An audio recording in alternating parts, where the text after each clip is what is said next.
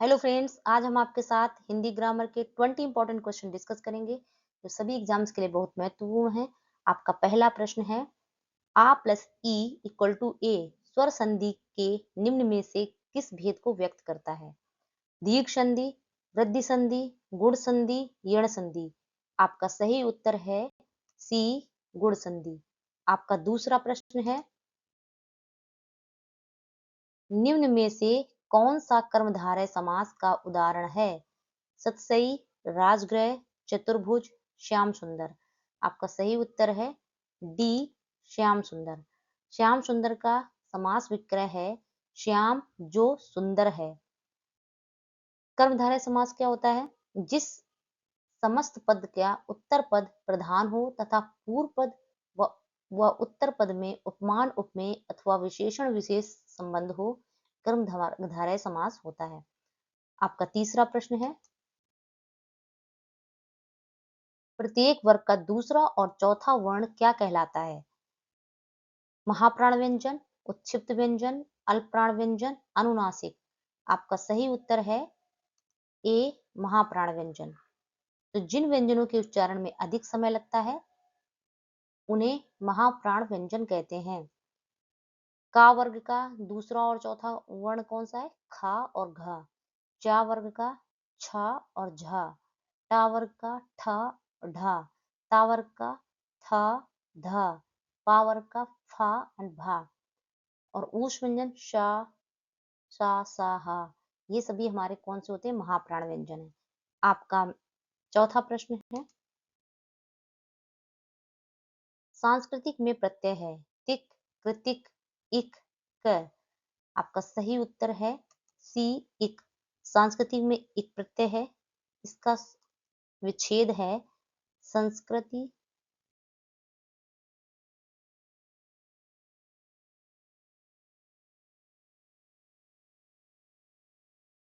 Plus इक। वह शब्दांश जो किसी मूल शब्द के अंत में जुड़ करके एक नया शब्द बनाते हैं उन्हें हम प्रत्यय कहते हैं। आपका पांचवा प्रश्न है, वेद शब्द का तत्सम रूप निम्नलिखित में से कौन सा है? वेंत, वेत्र, वेंत्र, वेंत्र। आपका सही उत्तर है बी, वेत्र। आपका छठवां प्रश्न है, निम्नलिखित में से कौन सा शब्द सदैव बहुवचन रूप में प्रयुक्त होता है? शिशु, भक्ति, पुस्तक, प्राण। आपका सही उत्तर है डी, प्राण। प्राण सदैव बहुवचन रूप में प्रयुक्त होता है। बहुवचन शब्द क्या होते हैं? जिन शब्दों से बहुत सी वस्तुओं का बोध होता है उसे बहुवचन शब्द कहते हैं। आपका सातवां प्रश्न है,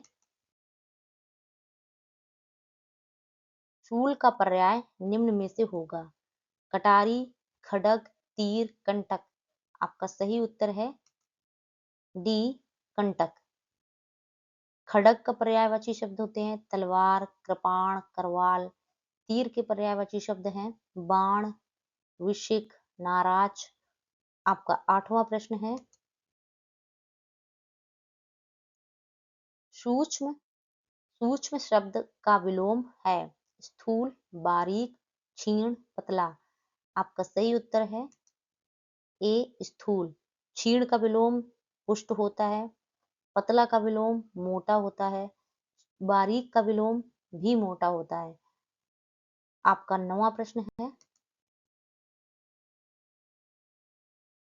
किसी एक में ही आस्था रखने वाला वाक्यांश के लिए एक शब्द बताइए? अनुत्तीर्ण, अनुमोदन, अनन्य, अनिकेत। आपका सही उत्तर है सी, अनन्य।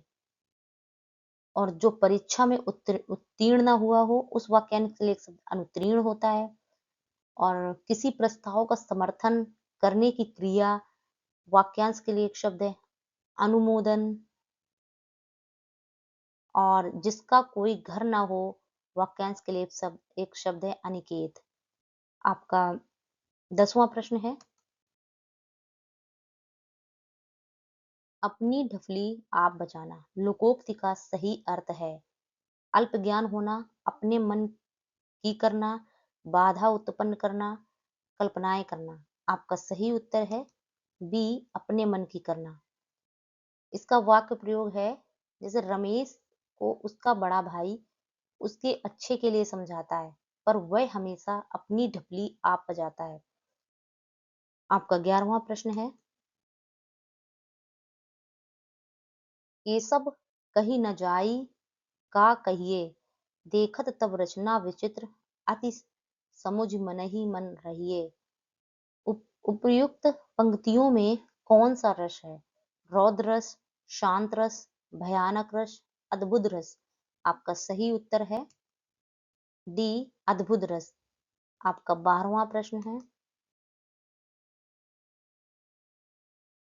जिस छंद के पहले तथा तीसरे चरण में 13-13 और दूसरे और चौथे चरणों में 11-11 मात्राएं होती हैं, वह छंद कहलाता है रोला, चौपाई, कुंडलियां, दोहा। आपका सही उत्तर है डी, दोहा। आपका 13वां प्रश्न है, काली घटा का घमंड घटा, उपर्युक्त पंक्ति में कौन सा अलंकार है? यमक, उपमा, उत्प्रेक्षा, रूपक। आपका सही उत्तर है ए, यमक अलंकार। जहां एक शब्द की आवृत्ति दो या दो से अधिक बार होती है परंतु उनके अर्थ अलग अलग होते हैं, वहां यमक अलंकार होता है। आपका 14वां प्रश्न है,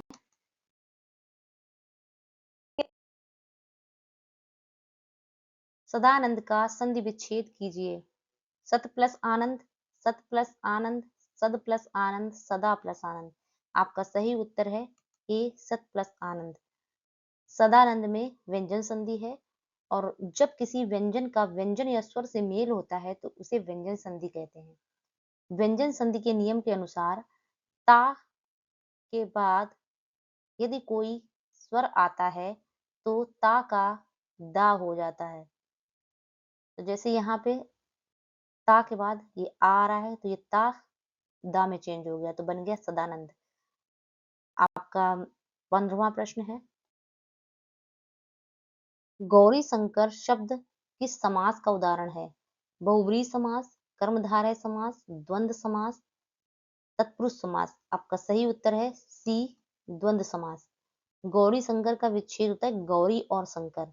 तो द्वंद्व समास क्या होता है? जिस समस्त पदों में के दोनों पद प्रधान होते हैं तथा विग्रह करने पर और या यह एवं ला एवं लगता हो वहां द्वंद्व समास होता है। आपका 16वां प्रश्न है,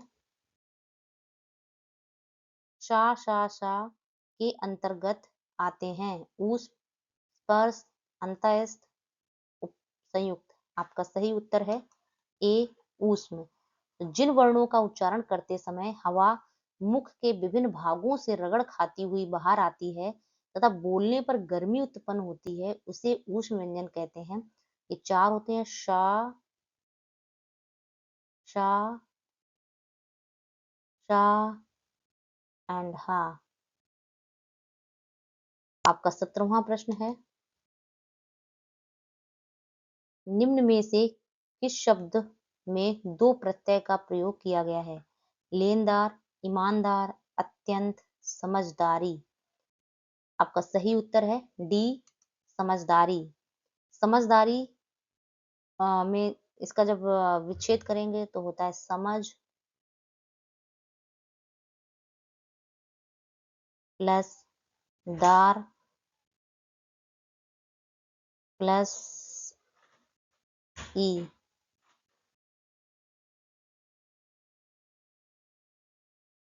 समझदारी शब्द में समझ मूल शब्द है और दार तथा ई दोनों ही प्रत्यय हैं। आपका 18वां प्रश्न है,